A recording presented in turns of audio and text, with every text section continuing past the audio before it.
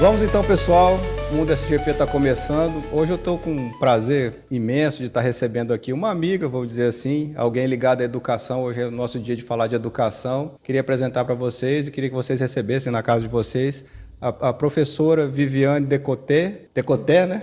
Isso, Viviane Decoté, ela é escritora, professora, trabalha na Copesg, a nossa escola famosa aqui em São Gabriel. Vivi, muito obrigado por ter aceitado o nosso convite, é uma honra muito grande para a gente ter você aqui. Esse é o tema que eu mais gosto entre todos e queria te dar boas-vindas e tal. Obrigada, eu que agradeço. Acho que vai ser um papo muito legal e vamos com tudo. Vai sim. Vamos começar assim, como seria a rotina do professor? Igual o bancário, ele acorda 9 horas da manhã e vai para o banco, porque ele começa às 10. Eu falo isso com os bancários, quase me matam de crítica.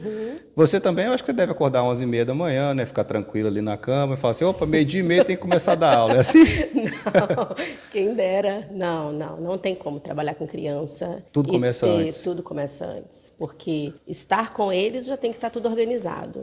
E se já está tudo organizado, em casa é cortar o papel, é fazer o planejamento, porque nem sempre na escola a gente tem a ilusão de que nós temos horários de planejamento, mas também tem pai para atender, também tem reunião com o diretor, com o pedagogo, né? Tem os nossos momentos de reunião que não dá para eu planejar a aula. A professora é mãe também, tem a família dela. E aí a gente planeja em casa. Eu planejo muito em casa. Todas as atividades que as crianças levam para casa, né? Que precisa de um recorte, é preparado com antecedência em casa. Então aquilo que a gente recebe em casa ali já foi planejado há alguns dias atrás, na sua manhã, né? Sim, no caso. Ou à noite, você também trabalha à noite. Foi disso que a gente trabalha. Agora eu estou trabalhando no Senac à noite. Sim, são 2 turnos. Então sobra amanhã ali para você planejar isso. Então praticamente a rotina de trabalho é dia inteiro e até à noite. Fora ser esposa, ser mãe, ser mãe, filha. as coisas tudo. Filha, tem isso também. Isso aí. Aí, Vivi, chegou na escola, ali tem 20 criancinhas, anjinhos, né? 20. Sua área é educação infantil. Eu falo 20 milagres, Patrícia. 20 milagres. 20 milagres. Sua área é educação infantil sempre foi mais a sua área de educação infantil? Sempre. Você já está com quanto tempo de... Eu tenho 32 anos de educação. Aí, então, pessoal, a Vivi começou com 5 anos, né, da aula. Olha que legal. Antes era permitido crianças já dar aula. Na minha época tinha magistério. Então, quando eu estava no 2º ano do magistério, né, fazendo o 2º grau, que hoje é ensino médio, eu entrei de paraquedas numa escola privada. E já começou ali. E já comecei alfabetizando sem saber o que eu estava fazendo, né? Cheguei assim realmente sem saber o que fazer. Rolou um desespero, rolou vontade de desistir.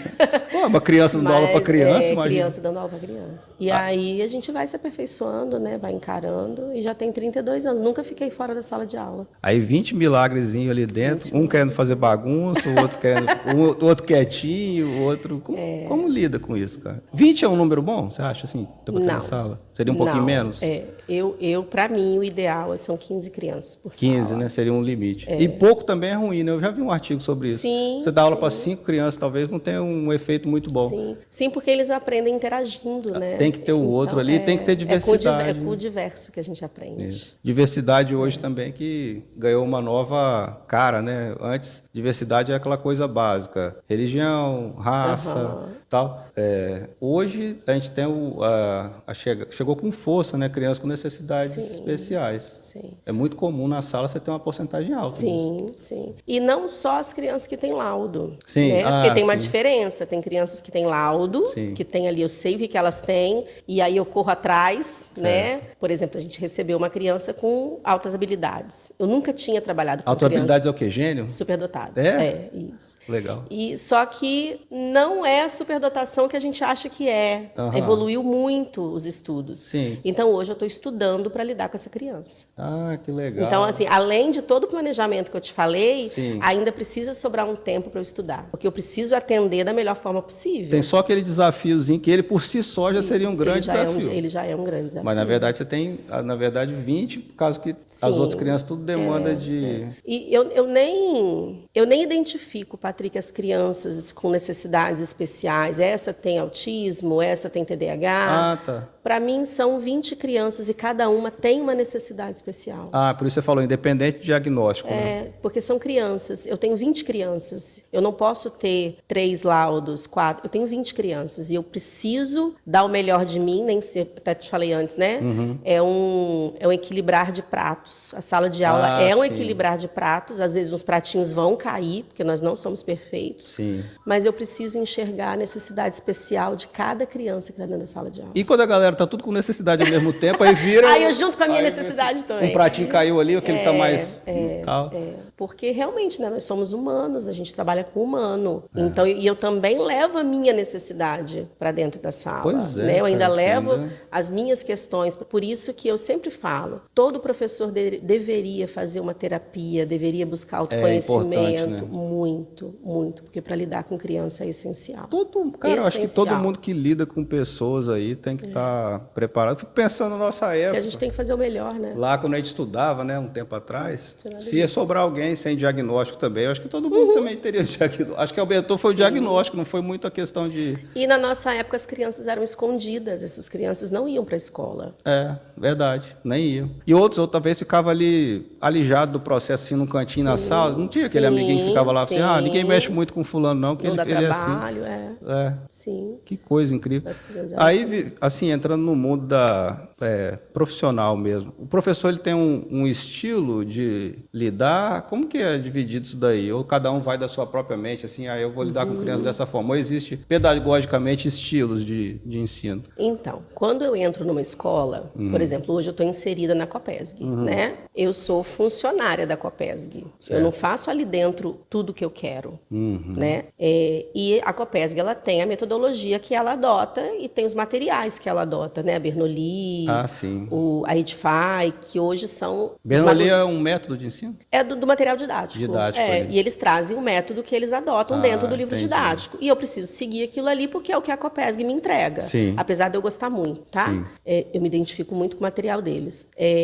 A diferença tá... E aí isso, assim, a metodologia, o método da escola, eu como funcionária, eu preciso me adaptar. Sim. Né? Eu não posso chegar lá e falar assim, mas eu educo dessa forma, eu ensino dessa forma. Não. Eu preciso me adequar ao método que a escola vende para os pais. Acima de tudo tá a filosofia, vamos dizer assim, isso da escola. Aí. A missão, os valores, a filosofia da escola.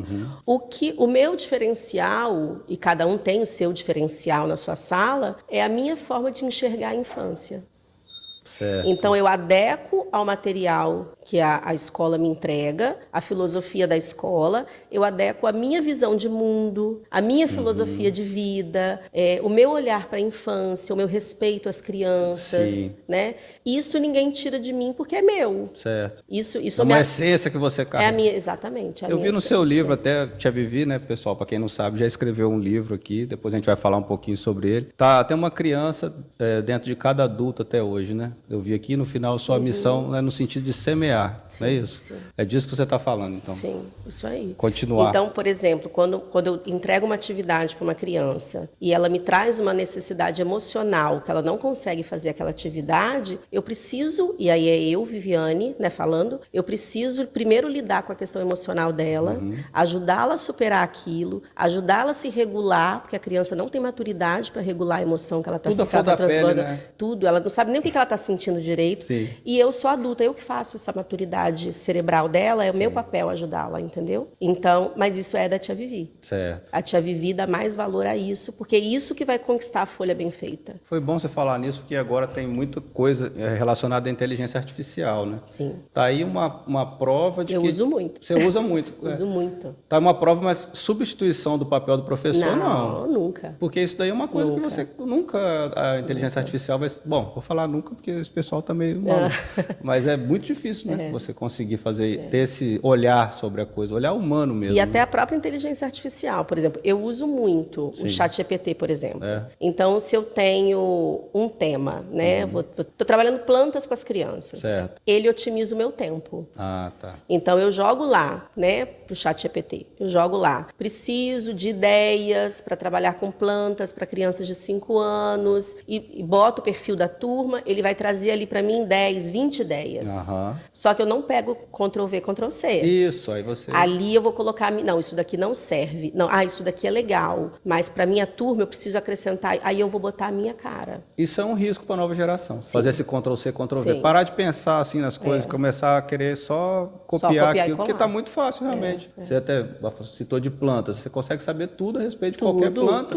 E você não tem compromisso de retenção, porque você fala assim, poxa, foi tão fácil conseguir, eu só digitei ali, agora depois eu digito de novo. Então, ninguém guarda dados, ninguém guarda nada. Eu acho que é até produtivo não ocupar o cérebro com certas coisas. Estão muito disponíveis, né? Mas, cara, tenho medo também. Eu também. Tenho medo de, sim, a criança achar que aquilo ali é a gente não pode excluir, porque tá aí, né? Não, trabalhar... A gente tem que ensinar a usar com responsabilidade. Aí você tem que estar bem todo dia, porque você é, vamos dizer assim, comandante daquele espaço ali. Tem 20 pessoas, né? De alguma forma os pais estão ligados a isso também. Sob o seu comando, né? Vamos dizer assim. Sim, sim. Você tem que estar bem todo dia. E as crianças também têm dias, né? Às vezes uma criança passa um mês, anjinho, boazinha, mas tem uma semana que ela não vai estar. Como que você faz para conseguir envolver as crianças assim no processo, de uma forma geral? Patrick, pelo olhar. Olhar. Sabe? Assim, os meninos, eles sentem que eu me importo com eles. Isso. Então, eles não têm resistência em me dizer o que eles sentem, quando eles têm clareza disso, claro, né? De pedir um colo. Ontem mesmo, tia, você me dá um colinho hoje? Falei, deve ser gostoso, é uma né? delícia, é uma delícia. Então, isso para mim é muito bom. Acontecer alguma coisa, o primeiro lugar que eles correm é o meu colo ou da Michele. Você tem a Michele junto com você, é bom Michele é frisar maravilhosa. isso. Ela é. Michele é meu braço direito, esquerdo, pernas, tudo.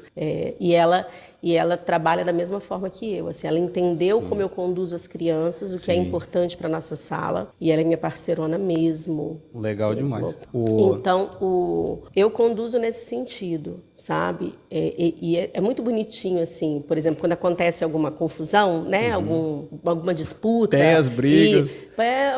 Reunião, vamos fazer uma reunião. Eu paro tudo. Porque para eles aquilo ali é o mundo deles. Aquilo ali é a coisa mais importante da vida deles. Exatamente. Então eu paro tudo. Você lança uma reunião assim no meio da galera. Reunião. Vem todo mundo para frente, a gente senta ou em pé mesmo, dependendo da demanda. Sim. E aí, aconteceu isso, como é que a gente resolve? Eu faço eles refletirem. E nesse processo eles se sentem vistos, colhidos, eles criam vínculos entre eles. Sim. E eles é uma estratégia. Exatamente. E eles levam isso para o parquinho, por exemplo. Sim. No parquinho tem reuniões direto. E eles nem me solicitam. Porque lá tem a chamada treta, né? O tempo todo tem treta das crianças. Mas é na treta que eles aprendem. Acho que sim. É na treta o mundo está resumindo em treta, né? A galera digita ali no YouTube, quero ver treta de fulano com Beltrano. Eu não entendo muito bem isso, mas assim, é o que está rolando, né?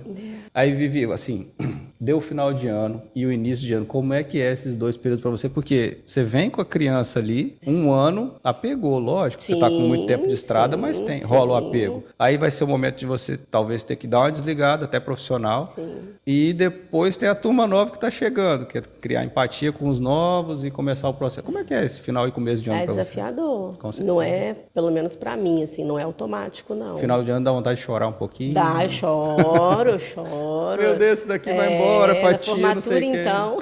Tem formatura agora de tudo quanto é... Tem formatura do pré, né? Porra, antes, né, cara, não tinha. Eu falo que é um luto, né? A gente entra eu entro num processo de luto, assim. Vai dando novembro ali, já começa a ficar meio jururu. Já olho pros meninos, assim, com a saudade. É o que você falou, assim, desde os 16 anos eu faço isso. Pois é, muito tempo. E a maioria das vezes, botar uns 80% foi com esse final, foi com o pré também. Sim. Né? Essa despedida mais, vai para um outro nível.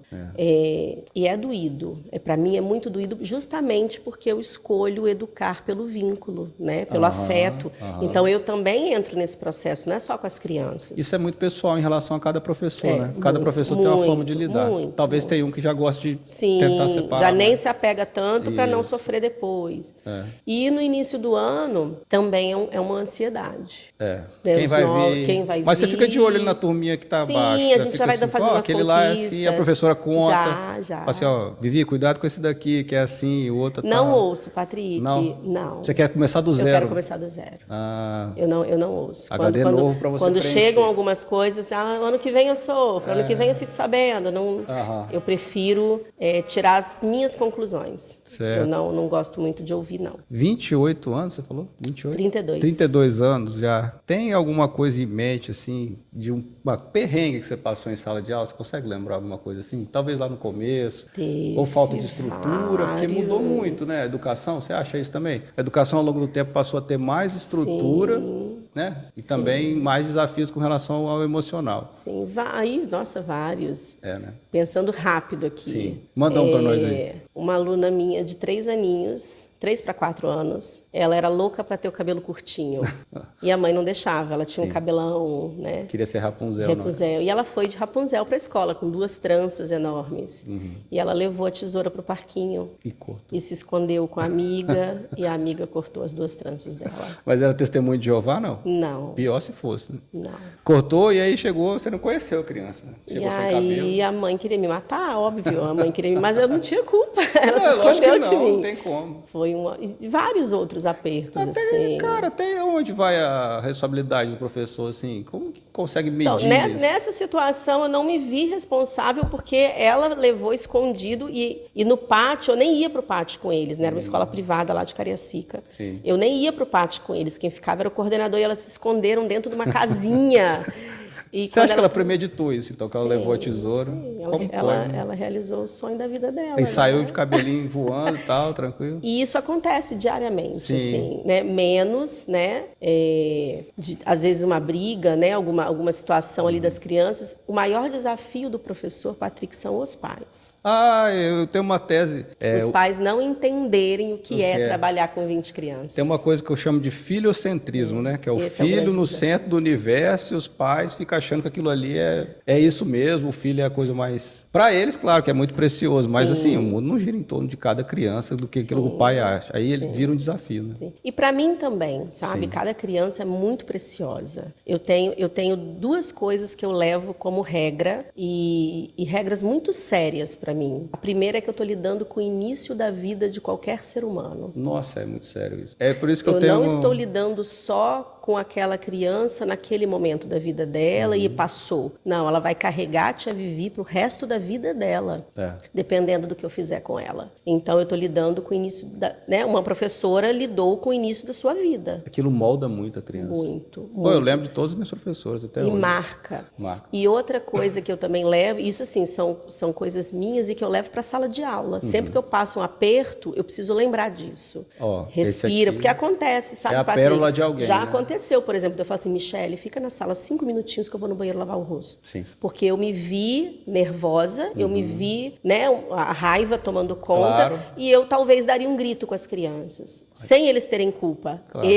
Nem se eles tivessem, eu grito, mas... E eu precisei reconhecer isso, me retirar e voltar respirada, né, voltar com calma. E outra coisa é que eu creio que quando eu partir, né, espero que demore um pouquinho, Cristo vai me fazer a seguinte pergunta: o que fizeste dos pequenos que eu te confiei? E eu respondo essa pergunta todas as noites nas minhas orações. Aí na sua conduta você leva para isso. Eu quero dar uma boa resposta para ele. Então você não se conforma a chegar em casa com um dia ruim assim de trabalho. Isso te deixa mal? Não, acontece, mas me deixa mal, me deixa reflexiva, né? Me deixa reflexiva e o que eu posso fazer para melhorar amanhã? Eu não me culpo, porque eu sou humana, eu me reconheço humana e falha. Legal. Mas o que eu posso fazer para melhorar amanhã? Pelas suas obras, né? Te direi quem Já aconteceu, por exemplo, de eu falar um pouco mais ríspida com uma criança e depois pedir desculpas. Rola também do professor pedir desculpa ao aluno, por que não? Eu não tenho problema com isso. Hoje Até porque, para ela entender que não foi culpa dela. Eu não estava equilibrada naquele momento e talvez eu falei com um pouco mais de aspereza. Então eu peço desculpas e eu digo, não foi culpa sua. Isso não é pejorativo da professora com relação ao aluno, de forma alguma, pelo contrário. Mostra muito mais humanidade e talvez talvez ensine o exemplo para a criança fazer também, né? E sabe por quê? Nós carregamos muitas culpas que não são nossas. Sim. Né? Às vezes de um pai e uma mãe que separaram. A minha filha mesmo me disse outro dia, mãe, você e papai separaram por minha culpa? Sim. Se eu não explico para ela que não, Já ela dá vai para explicar para ela, tem quantos anos? 10. 10. Ela vai carregar isso, eles se separaram por minha culpa. Sim. Então a gente precisa explicar para as crianças que tem coisas que não são culpa delas. Certo. Né? Então não foi culpa minha eu ter tratado você talvez com um pouco mais de rispidez.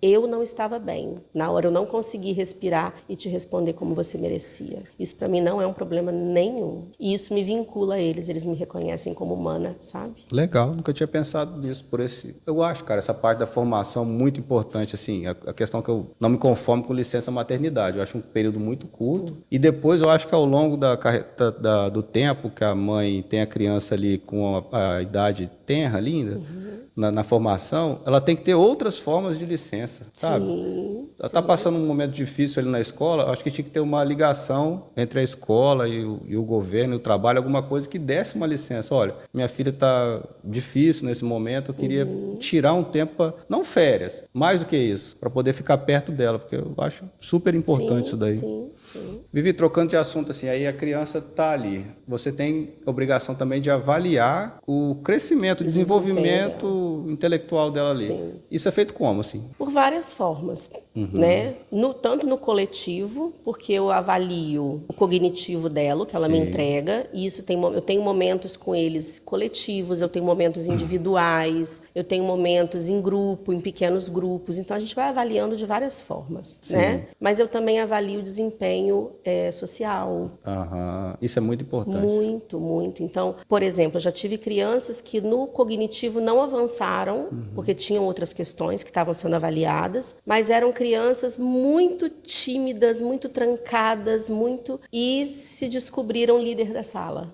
Sim. Então, isso não é valorizado. Sim. Infelizmente, na nossa sociedade, isso não é valorizado. Mas essa criança evoluiu muito. Sim, Sabe? entendo. Hoje se dá muito valor ao desenvolvimento cognitivo, né? Tem até disputa. Meu filho lê, meu filho não lê, meu filho está lendo, Tem meu filho do essas vizinho. coisas, né, cara? E a gente Meu não pode Deus. esquecer que eles são crianças. Outro dia eu estava cobrando, tem uma filha, né, de 5 anos, vai fazer Que é minha 6 aluna. agora, que é a aluna da Tia Vivi. Tava pensando nisso, eu não lembro a idade que eu aprendi a ler, mas ela tá com 5, falei, pô, será que tá na hora dela já tá sabendo ler? Aí de repente eu já tava cobrando ela, filha, vamos ler. Aí depois eu fiquei pensando, mas eu não sabia ler com 5, ela tem que saber, mas também o tempo muda, evolui. Sim. E eu acho que ela não tem que saber já 100%, né? Mas a galera já vai aprendendo essas coisas. Sabe o que aconteceu, Patrick? Na nossa época, a educação infantil ia até os 6 anos, né? Só que quando mudou a legislação, a turma de 6 anos, que era para ser alfabetizada, né, aprender a ler, escrever mesmo, foi para o fundamental, que hoje é o primeiro aninho.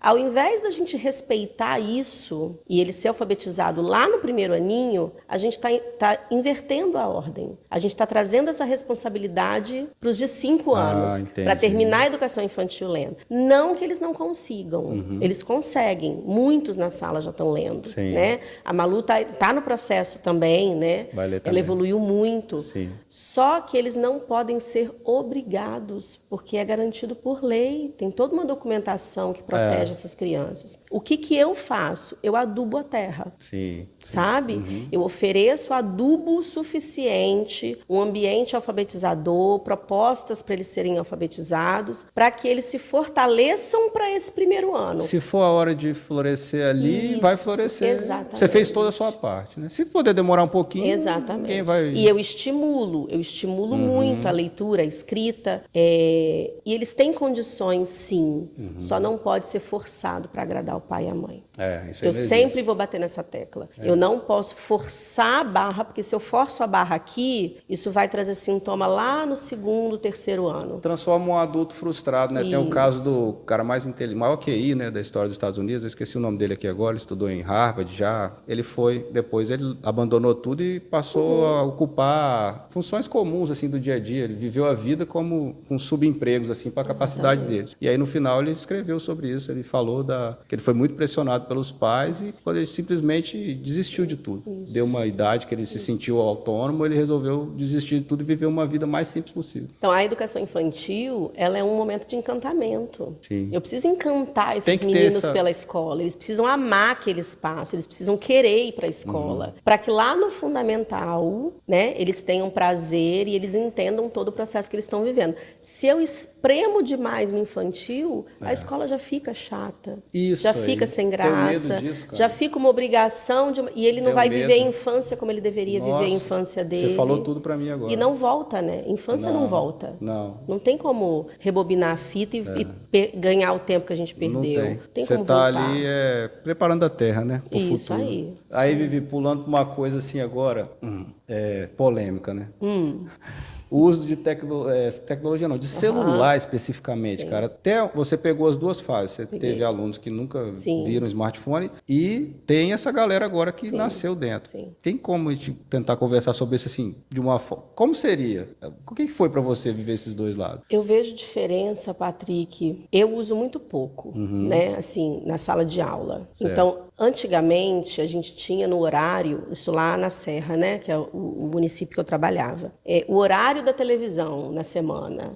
Sim. E hoje já não tem isso, sabe? Eu uso tela com os meninos, porque na sala tem data show, vídeos de 3, 4 minutos, dentro de uma proposta pedagógica, dentro de eu querer mostrar alguma coisa para eles. Então, eles não têm acesso a isso na escola. É bem pontual, né? E com muito objetivo. Só que eu vejo como professor o reflexo disso na sala de aula. Então, é nítido para mim, assim como a gente conhece pelo comportamento das crianças, às vezes, se está acontecendo alguma coisa em casa ou não, a criança que usa muita tela e a criança que tem uma restrição de tela. Você consegue lá? Conseguimos. E você identificar algo como melhor, assim, menos tela ou mais tela? Menos. Né? A criança, por exemplo, para a idade da Malu, a quantidade ideal pela Organização Mundial de Saúde é 2 horas de tela 2 horas dia. de tela geral, televisão, tudo. Televisão, computador, celular, 2 horas por dia. Eu vejo que o pai, ele quer entregar o filho na escola, para a escola criar mesmo o filho, de uma forma geral. Tipo assim, ainda mais de particulares. Tô pagando, você educa essa criança para mim, quando chegar eu quero tudo prontinho. E na verdade não tem como, não funciona assim. Não. E a gente só precisa... Eu não julgo, sabe? Eu não julgo porque eu sou mãe também. E eu sei, por esse turbilhão de coisa que eu faço, às vezes a tela é a minha babá. Sim. É onde eu deixo ali a Valentina um pouquinho para eu conseguir fazer as minhas tarefas sem ter a solicitação dela o tempo inteiro. Tem muita criança sendo criada 100%. Isso aí. É esse cuidado que a gente tem que ter. E a gente está tendo muita criança com acesso à pornografia. Nossa. Que os pais nem sabem. Não sabe. Cara, Não eu vi uma sabem. coisa, eu tenho que falar com você. Palavreados, músicas, enfim. Tem uma coisa, eu não entendo bem de rede social, todo mundo sabe. Mas tem os shorts, alguma coisa nesse sentido, que o Reels começa com 5 vídeos pequenos. Aí você vai trocando eles, né? Uma coisa assim, eu vi isso no Facebook. A primeiro era um vídeo inocente, falando até de conto infantil, tipo Rapunzel, Branca de Neve. Você acredita que depois, se a criança clicasse, pulava para coisa, jogo do tigrinho, pornografia? Eu fiquei abismado, porque o pai dá o celular na mão da criança e vê o primeiro ali, né? Tá tudo bem, tá falando de princesa. A criança tá ali, não tem culpa. Ela passa, ela começa a ter acesso a isso. Isso é maldade, né? Isso é programado para isso. Sim. As pessoas fazem para isso. E eu nem sei qual o ganho. Tudo bem, no tigrinho lá tem uma questão comercial de viciar uma criança. Agora na pornografia, cara, você fazer isso. Realmente. E eles vão transbordar isso na escola. Bom, é com nítido certeza de que ver. tá fora, e até, por exemplo, crianças impacientes, crianças que não sabem. Porque esses videozinhos, você passa 15 segundos. É muito rápido. É o maior vício atualmente, maior que do álcool. E aí chega na sala de aula, eles não querem perder tempo fazendo atividade. Eles não querem perder tempo pintando algo. Tudo para eles é rápido. Tudo tem que ser muito rápido. Fruto disso daí. Exatamente. O nome é auto room, né? Que é o fato de você deslizar finalizar para passar para o próximo tema infinitamente. Além do perigo, né, que tem, e tem muito. A internet é a terra de ninguém, né? A terra sem dono. Sim. Então, tem muitas iscas para as crianças. Certo. Né? Até o que a gente acha que não. Outro dia eu estava vendo uma moça falando, o YouTube Kids. Certo. Que você programa para ser fica só meio para tranquilo, criança. Tem coisas ali também. Já está inserido ali também. O pai programa aquilo e fala, agora eu estou tranquilo, está no Kids. Tem que vigiar. Eu não sei, a aluna não se interessa pelo Kids, não. Ela quer ver os outros. Ela tem uma relação com tela até boa, eu acho, né? Sou pai, né? Pai não sabe de nada. Mas eu acho que ela tem uma relação com uma tela até boa. Mas YouTube Kids, ela me entrega de volta, assim. Fala, isso aqui eu não quero, não. É muito bobo. É mole, 5 anos. Está assim mesmo. Vivi aí na hora também que você tem que exercer disciplina, né? Sim. A tarefa do professor também. Nessa hora aí, como é para você e qual seria o limite do professor? Vamos pegar de um aluno problemático violento. Existe também criança que é violento por natureza ou carrega ali do seio familiar aquilo. Como que é para você nessa hora de disciplinar?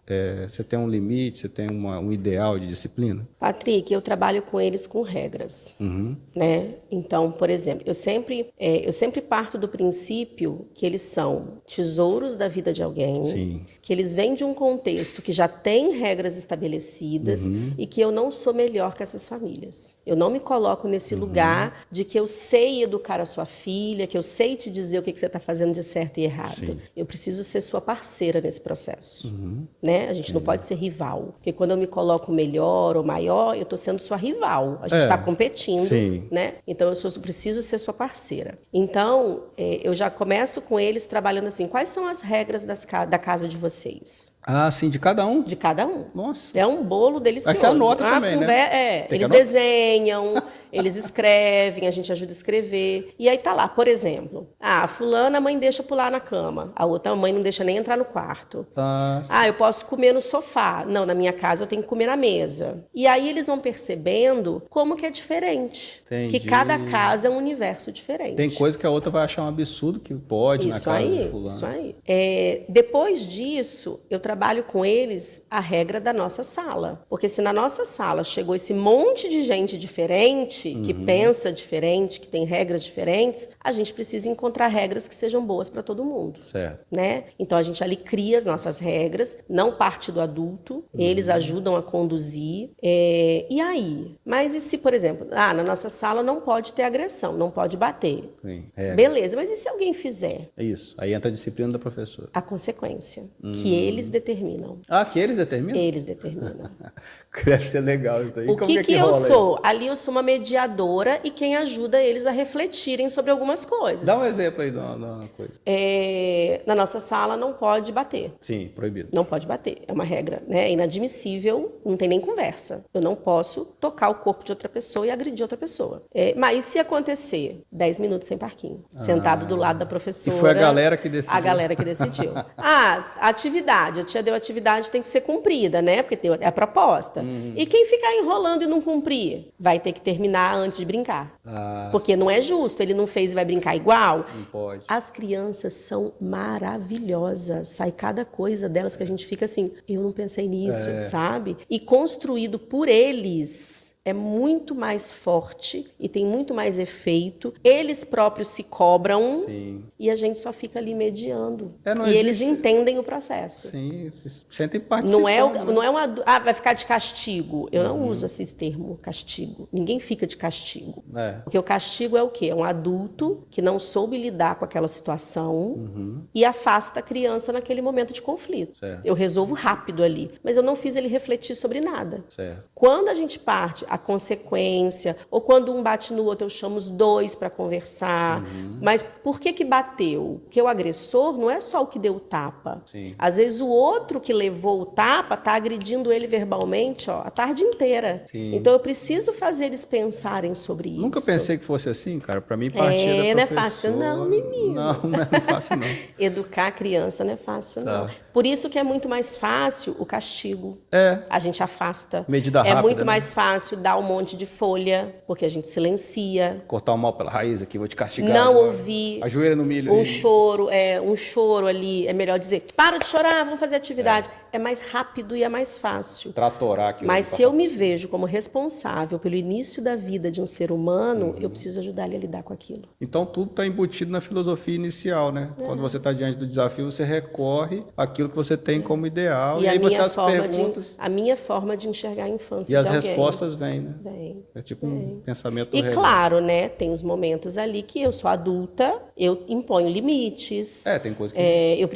Eu não sou, por exemplo, eu ouço muito, você é muito mole, né? Eu não sou mole, eu sou gentil, mas eu sou firme. Sim. Eu sou firme porque eu sou adulta e eu preciso ocupar esse lugar de adulto ali que conduz crianças. Mas eu posso ser firme e gentil, eu posso ser firme e respeitosa. Tem forma até como pai também, não só como professor, né? Eu acho que também é uma missão. Mas para isso, Patrick, eu precisei estudar muito, porque eu não era assim. Imagina.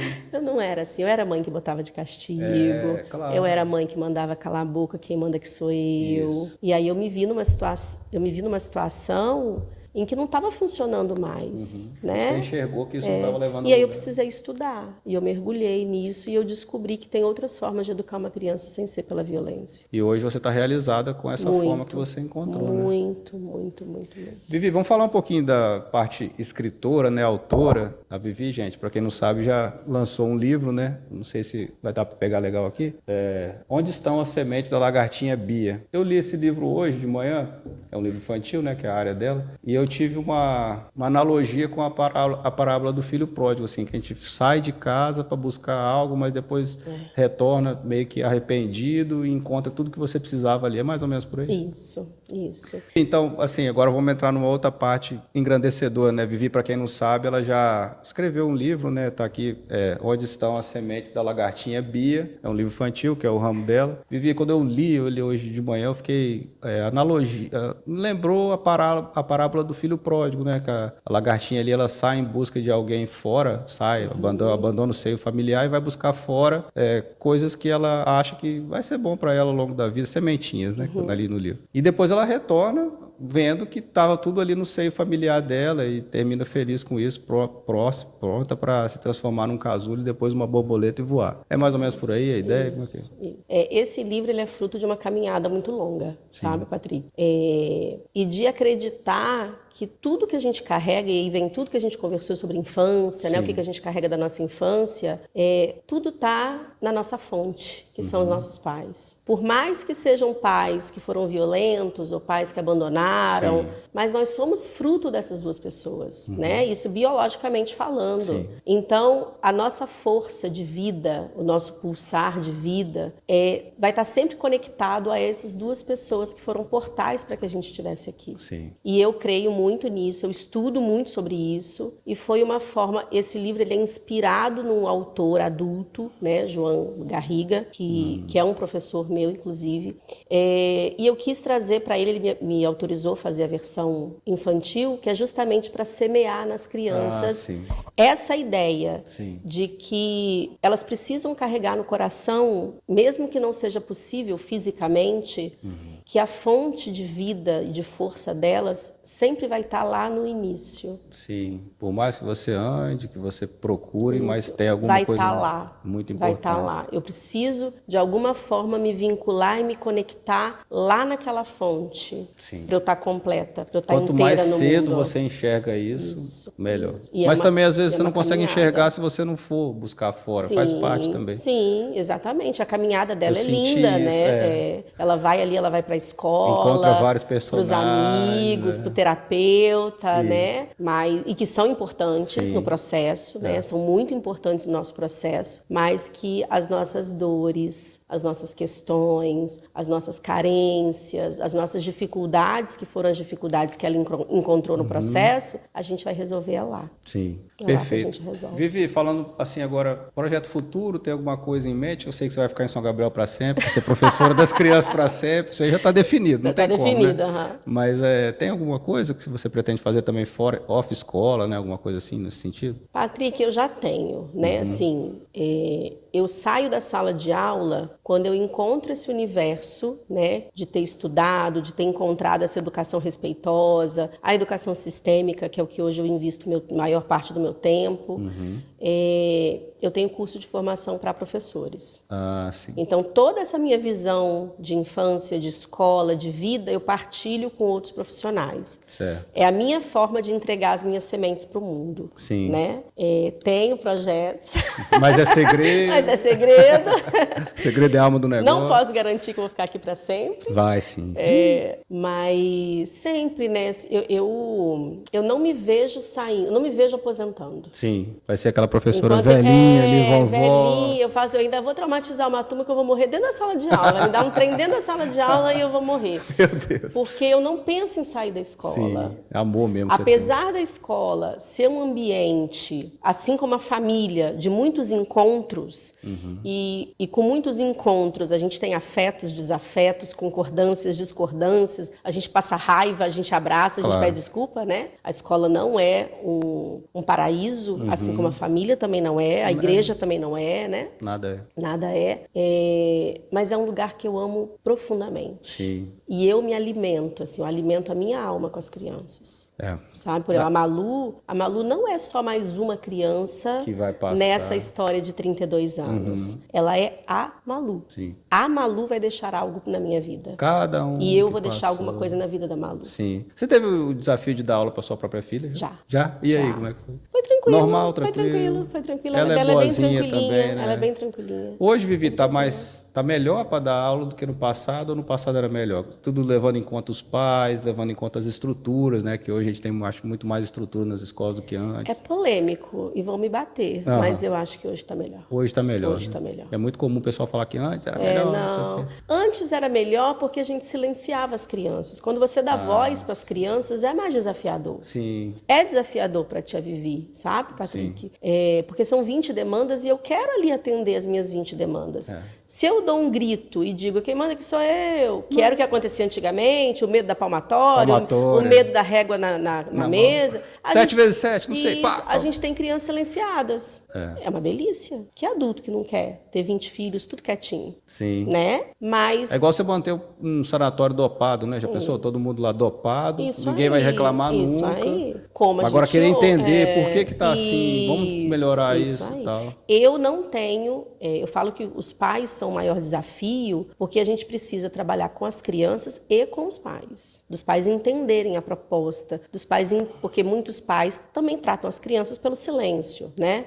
Deles entenderem o porquê daquilo, é uma conquista. E toda conquista dá trabalho, né? Mas eu não tenho problema com as famílias, graças a Deus. Todos conseguem entender o meu jeito de trabalhar, o meu jeito de ser e agradecem por saber que os filhos são respeitados. Pessoal, então foi isso. A gente vai chegando ao final. Tia Vivi hoje aqui com a gente. Foi muito legal ter conversado com ela. Acredito que o papo tenha ficado muito bom.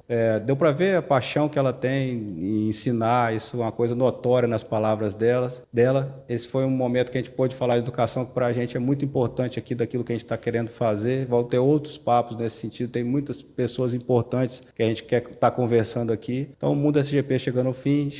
Segue a gente nas redes sociais. A gente está no YouTube, no Instagram, no TikTok. Queria deixar também, Tia Vivi, você quiser fazer uma consideração final, falar alguma coisa que você quiser deixar como uma mensagem, pessoal. Que a gente dê boas respostas a Cristo do que nós estamos fazendo dos pequeninos dele. Perfeito, então, pessoal, com essa mensagem a gente vai chegando ao fim. Obrigado por ter ficado com a gente. Até a próxima.